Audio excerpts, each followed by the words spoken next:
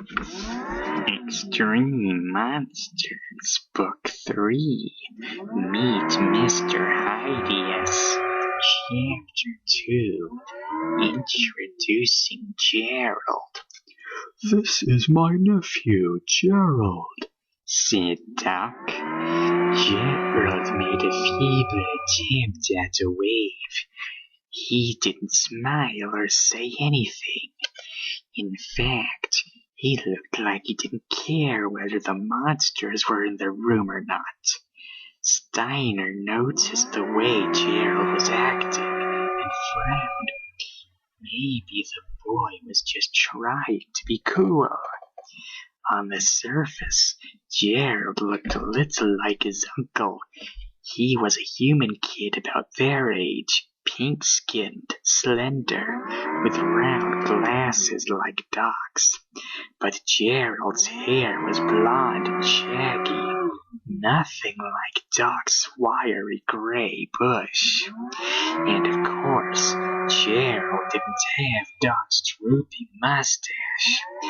It was Gerald's expression, sullen and bored, that made him seem like a different species from his uncle. Doc's eyes danced behind his thick glasses. He was never bored. In fact, he was interested in everything. Doc was the coolest grown-up Steiner had ever met, as well as the kindest.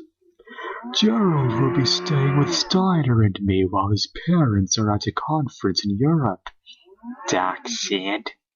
"I'd like you all to make him feel welcome and—" Crash. "What was that?" asked Jinx.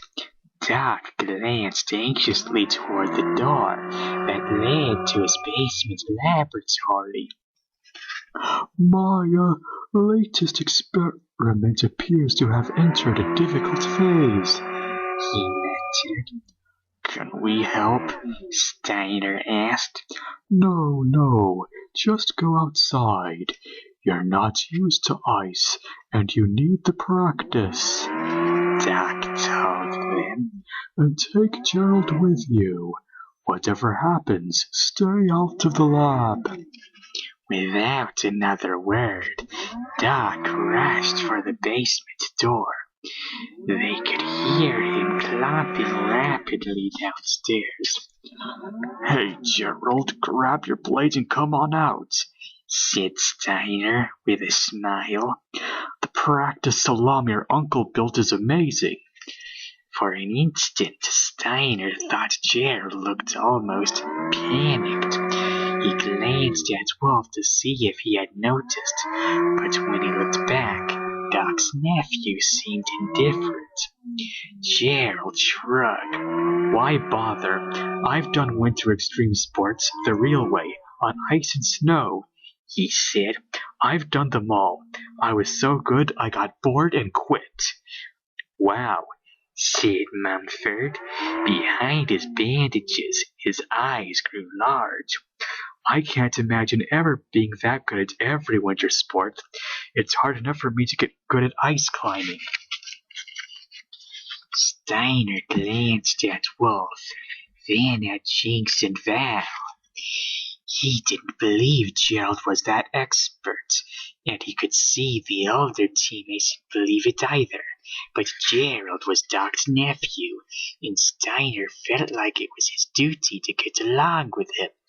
So instead of calling Gerald a liar, Steiner turned to Mumford and smiled. "You're climbing really well," he said, "but it wouldn't hurt to branch out a little either. Take a crack at another sport. You might find you're good at a lot of things too." "Being good doesn't mean anything. Unless you win, you're just another loser," sneered Gerald. Val noticed Wulf getting ready to argue. He caught Wulf's eye and shook his head gently from side to side. Wulf rolled his eyes and sighed as they headed inside. In the backyard, Val grabbed big air on the super slick fake snow half-pipe Doc had invented for snowboard practice. Val was a master of aerial tricks on his skateboard, especially ollies, spins, and hand plants. Also grabs and grinds. With a bit of practice, the young vampire had applied those same skills to the downhill-style snow halfpipe. For a minute, Mumford stared at Val, lost in admiration. I'd like to be able to do that someday, he said wistfully. Jinx glanced down at the smaller boy. She could see Gerald sneering behind his back. What's with him? Jinx thought. She put her arm protectively around Mumford. Give it a try, Mumphy, she said. You might have a talent for it. Maybe someday, said Mumford, but right now I need to work on my ice climbing. He squared his shoulders and marched over to the wall. He strapped on his crampons, picked up his axes, and started to climb. Since Doc didn't have enough room in his backyard for an ice luge run, Jinx decided to skate around the climbing wall, keeping an eye on Mumford. Mumford was doing okay, she thought. He had a natural climbing ability, though he'd never climbed before with ice axes and crampons, and the practice was working. Every day he scaled the wall a bit faster.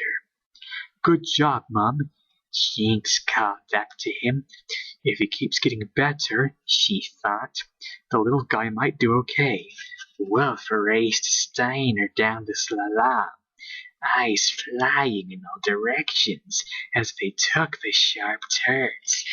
Suddenly, Steiner leaned out too far and went down, clipping Wulf.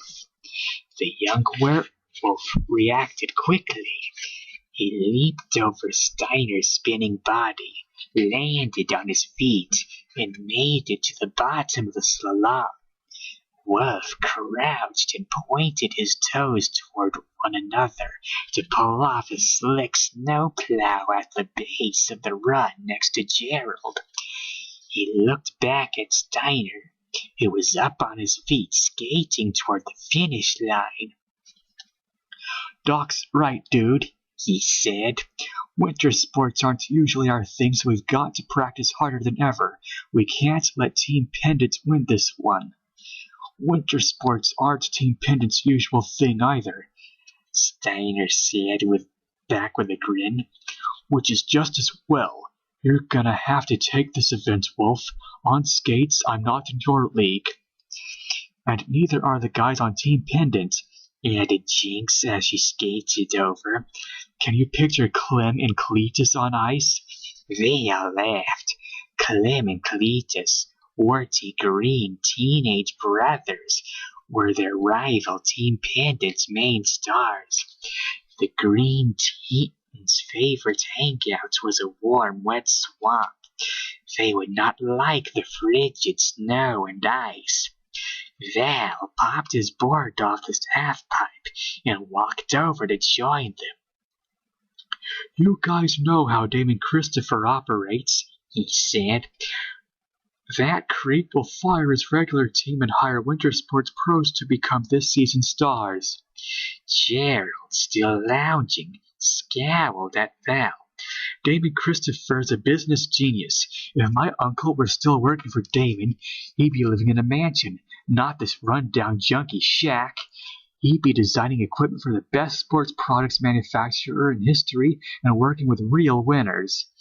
The hairs on Wulf's back bristled at these words. You think we're not winners, dude? He growled. Steiner grabbed Wulf as he jumped at Gerald. Chill, he said. Gerald's been watching too many Pendant commercials. And he's been dumb enough to believe all the things Damon Christopher says about himself, grumbled Wulf. Gerald's not the only one who believes Damon, said Jinx. Team Pendant fans rushed in droves to buy the shoddy sports equipment Team Pendant Enterprises manufactured. Look, Team Pendant exists mainly to advertise Damon Christopher's lame sports products, Val explained to Gerald. Damon and his products are nowhere near as great as he makes them sound. I know that firsthand, said Steiner. I rode BMX for Pendant till these guys rescued me. Damon's contracts are horrible. First, he wants to own you. Then, he makes you cheat to win, just so he can sell more junk. Doc and I both know there are things more important than winning. I have a feeling you actually believe that, sneered Gerald. Then again, I saw you on the slalom, where basically you stuck. Yup, Damon Christopher knows that winning is the most important thing in life. Mumford wasn't listening to the others. He was concentrating on his climbing. Left, right, left, right. Finally, he reached the top of the plastic ice climbing wall. He touched the finish point with his axe. Hey guys, he shouted, I made it. Nobody called out congratulations. Nobody said anything. From high atop the wall, Mumford heard the voices of his friends raised in anger. He looked down, over by the slalom. Wulf and Gerald were quarreling. Big deal. Wulf was always arguing with somebody, but it looked like Steiner was arguing too. And the gentle Steiner never fought with anyone. What was going on? You don't know what you're talking about, Steiner muttered to Gerald. He didn't like anyone insulting Doc, even Doc's own nephew, or talking about how great Damon Christopher was. He was starting to get annoyed. I know a winner when I see one, countered Gerald. He stared right into Steiner's face. And a loser, too. Why, you? Jinx snapped a finger and her wand appeared in her hand. She took a breath to begin a spell, but Steiner clamped a big green hand over her mouth. Jinx struggled, but Steiner held tight. Jinx, don't, warned Steiner. He's Doc's. Crash, bam, clatter, crash. What's that?